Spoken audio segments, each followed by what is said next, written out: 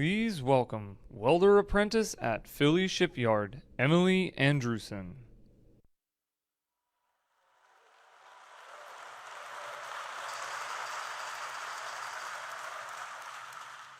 Good afternoon. My name is Emily Andrewson, and I am a welding apprentice here at Philly Shipyard.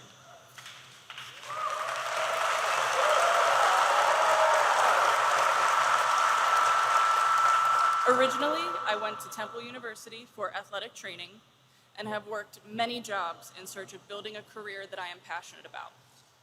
When I lost my job during the COVID-19 pandemic, I enrolled in welding classes at Delaware County Community College, where I was introduced to the apprenticeship program at Philly Shipyard.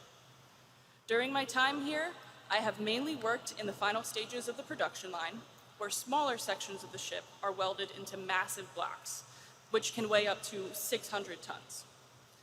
Like many families in the Philadelphia area, I have parents and siblings employed in the trades. In fact, my grandpa, John Andrewson, was once employed here at the former Philadelphia Naval Shipyard as a specialist in steel carpentry. He was a chief warrant officer in the U.S. Navy, serving from 1916 to 1946 during both World Wars.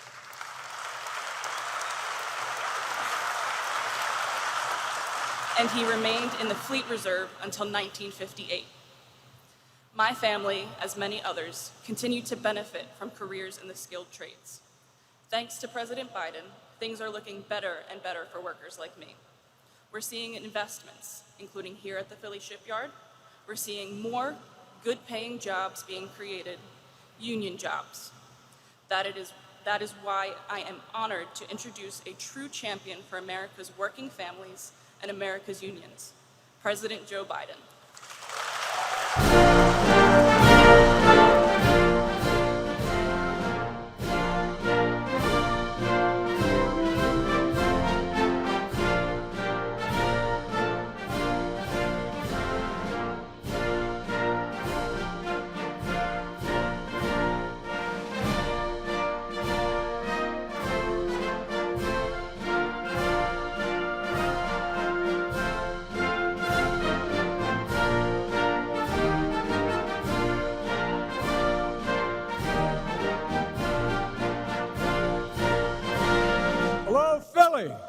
Have a seat if you have one. Emily, thank you for that introduction. I tell you what, Mayor Kenny, thanks for the passport back into the city. I think the only reason it allows that to happen is I married a Philly girl. You know, I can't be here today, but I want to thank Governor Shapiro, who's doing a hell of a job, to my friend Senator Bobby Casey and Senator Fetterman, who've been such great partners to me. Folks, I want to also thank Representative Mary Kay Scanlon, who fights so hard for this district, and the other members of Congress, Brendan Boyle, Chrissy Houlihan, Madeline Dean, Joe Courtney. I tell you, Donald Norcross, by the way, Donald from across the way. You know, I always kid Donald when, Mr. Mayor, I say, you know, Delaware is small, so we have to fight for every inch of territory. So there was a debate on whether Delaware, the state of Delaware, owned the Delaware River along the Delaware shore up to the high water mark in New Jersey. And they said no. We went to the Supreme Court. They got something right. They said, yeah, we do. Anyway, I always kid out all the time. Folks, look, before I begin, I want to say that we're praying for those who lost their lives in the flooding in Bucks County. The idea that there's not global warming, I think, can't be denied by anybody anymore. And at any rate, we're grateful for all the first responders. Continue to look for a 2-year-old Maddie and her baby brother Conrad. With the grace of God, maybe something will come of it. I want to thank Governor Shapiro and all the Bucks County officials and their leadership during that tragic time. We provided all we could from FEMA, but there's a lot to be done. I'm here today to talk about what we're doing to invest in America, invest in Pennsylvania, invest in our clean energy future, and to talk about the progress we made building an economy from the middle out and the bottom up. You know, I came to office determined to strengthen the middle class. I often say, and I mean it sincerely, Wall Street, good folks down there, but they didn't build the middle class. They didn't build America. The middle class was built by the middle class, and the unions built the middle class, and to change the economic direction of this country. Because I got tired of trickle-down economics. I've never been a big fan. If the wealthy do very well, I'm a capitalist. I like the wealthy to be able to let people be wealthy. But if the mere fact they do well doesn't mean everybody else does well. I watched my dad growing up. There's not a whole lot of benefit trickle down on his kitchen table as a consequence of trickle-down economics to what everyone from the Financial Times and Wall Street Journal has become my different philosophy. I don't think they started off trying to be complimentary, but they started calling them Bidenomics. And our plans work in Bidenomics. We're here. Here's what it looks like. We're 13 million new jobs built across the country, nearly 500,000 of them here in Pennsylvania just in the last 2.5 years. 800,000 manufacturing jobs, 28,000 here in Pennsylvania alone in the last 2.5 years. That's more jobs in 2 years than any president has created in a 4-year term. Unemployment is below 4%, the longest stretch of unemployment below 4% in the last 50 years. We're beginning to come back, folks. Because we're giving workers a chance. Unemployment's down, but to the surprise of a lot of economists, so is inflation. Remember this story? In order for inflation to come down, you got to cut wages for hard-working folks. You got to have unemployment up in order for inflation to come down. Well, guess what? I never bought that. I don't think the problem in America is too many people are working or the people are making too much money. Instead, we focused on getting Americans into the workforce by fixing a broken supply chain, lowering the cost of product from everything from health care to the products we purchase. Fact is, companies made record high profits during the pandemic. And by the way, I'm not opposed to companies. I come from the corporate capital of the world. More corporations incorporated in Delaware than every other state in the union. But everybody should pay their fair share. Everybody should pay their fair share. Now they're coming down, and so is inflation. They need to keep bringing it down, the markups and the margins of the profits. It's one thing to make a profit, it's another thing to be excessive. This is one of the most important ways to continue to make progress on inflation. We have to do more. Inflation has slowed every single month in the last 12, on a yearly basis for the last 12 months. How many times you read that a recession's coming? Even Wall Street today said, no, they don't see a recession coming now. It's the lowest point in inflation, the lowest point in over 2 years. The U.S. has the lowest inflation rate of any major economy in the world, the so-called G7. It's less than 2/3 of what it was a year ago, down from 9% to 3%, and going to go down lower. At the same time, pay for low-wage workers has gone up at a faster pace than over 2 decades. Wages are growing faster than inflation. That means a lot of working folks are beginning to be able to have a little bit of breathing room. According to the surveys, job satisfaction in America is at a 36-year high. We got more work to do. But people are coming off the sidelines to work. The share of working-age Americans in the workforce is as high as it's been in 20 years, including during every single day under my predecessor. And folks, it's not an accident. It's my economic plan in action. It's Bidenomics. Since I took office, we've attracted over $500 billion in private investment in American manufacturing and clean energy. That's what's been attracted to engage in these issues. Instead of exporting jobs, it used to be find the cheapest market in the world, send the job overseas and bring the product back. Not on my watch. Well, here we're doing. We're creating jobs in America, and we're exporting American products. With the leadership of your Democratic members of Congress, we passed the Inflation Reduction Act, although a few Republicans did support it. The largest investment to combat climate ever, anywhere in the world. Over $368 billion. We know the urgency. I don't hear many naysayers on climate deny the floods, the heat waves, the wildfire smoke impacting so many Americans. Just this week alone is just spontaneous. But we also have solutions. A lot of my friends in organized labor know when I think climate, I think jobs. I think union jobs, not a joke. Not a joke. This law is creating millions of good-paying clean energy manufacturing jobs, including offshore wind.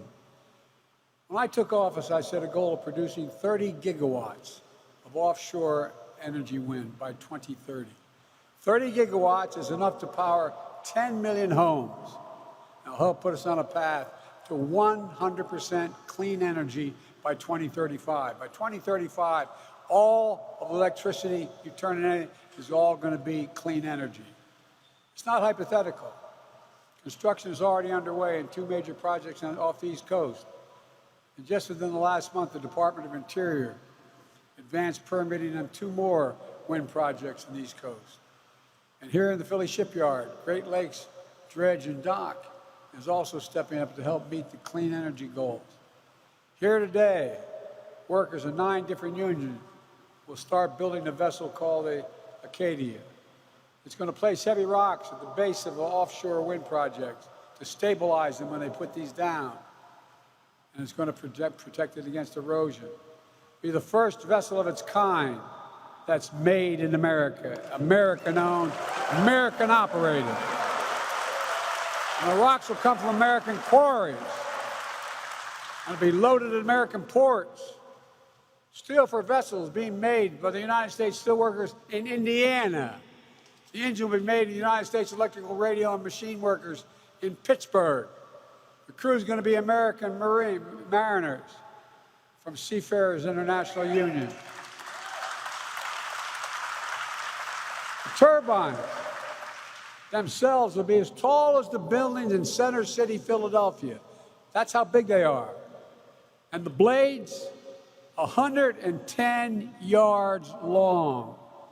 I went to see them being made in Colorado. It's breathtaking. And I might add, notwithstanding what the other guy said, windmills do not cause cancer. Look, some folks may not know there was a law in 1920 called the Jones Act that was passed. It says ships traveling between U.S. ports have to be American-built, American-owned, and have American crews.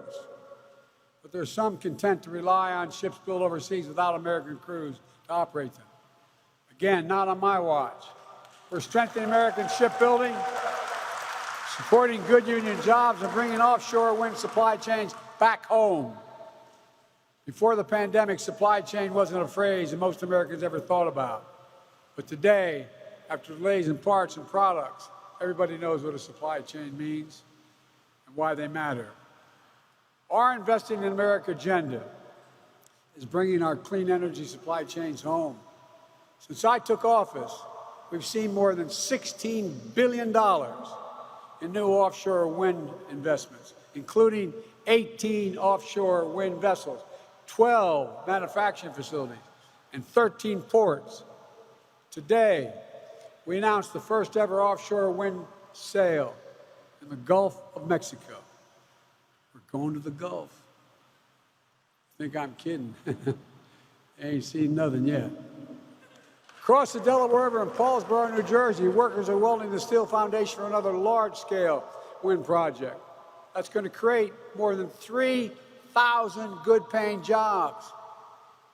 The project off the coast of New York will use a vessel built in the shipyards of Louisiana, Mississippi, and Florida, rely on electrical substations, engineered in Kansas and made in Texas. The Inflation Reduction Act offers tax credits for projects using American-made iron, steel, manufactured projects, so our clean energy future will be made in America.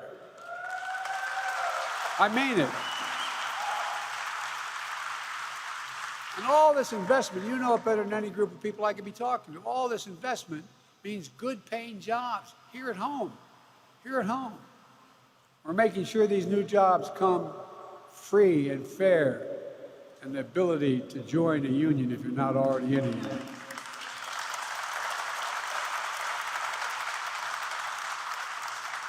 I made a commitment that I'd be the most pro-union president in American history. And I'm keeping that promise. Let me explain why. I met with the Business Roundtable, the leading businessmen in the nation. And they asked me why. I said, because it's good for you.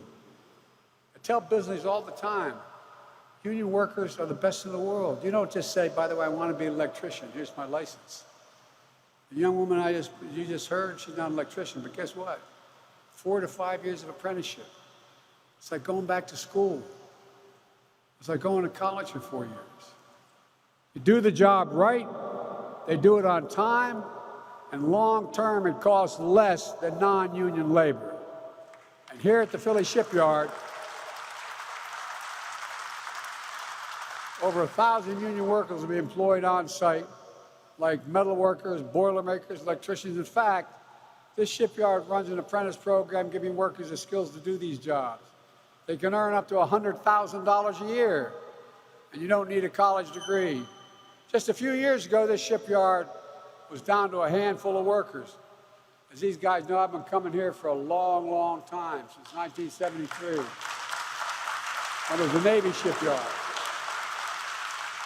And a lot of us wondered whether it would still be here, didn't we? A lot of us wondered 15, 10, 12 years ago.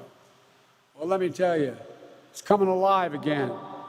Just this week, my administration completed a review of a potential wind project off the coast of Rhode Island and Connecticut. It's part of the National Project Labor Agreement with the building trades. And I want to thank the AFL-CIO President Liz Schuler for personally getting that done. Together, we're transforming the country, not just through manufacturing, but also rebuilding our infrastructure.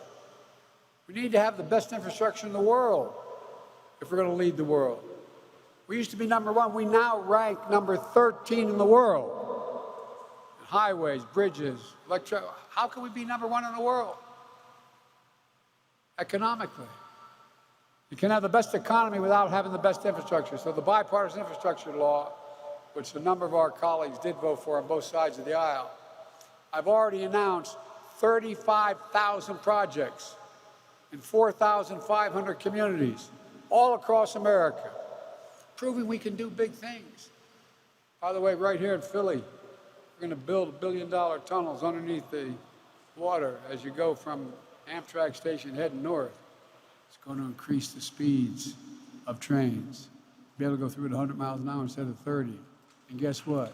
When you get to point A to point B and you can do it on rail and leave your car home, people leave their cars home.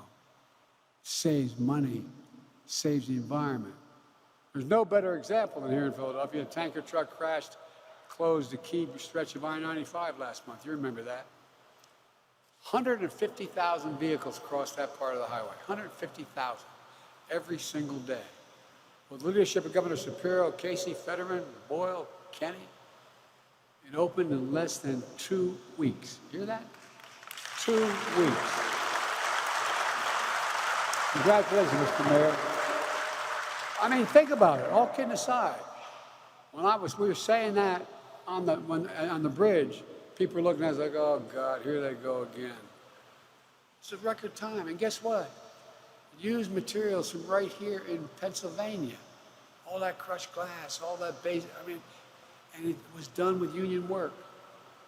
Also announced $78 million for safety improvements along Roosevelt Boulevard here in Philly, from North Broad to the Bucks County line. Between 2012 and 2021, accident along that stretch of highway killed 119 people. And I don't know how many injured. 119 died. Nearly 1 in 3 Philadelphians lives within a mile of there. Thousands of families will benefit when we make that a hell of a lot safer.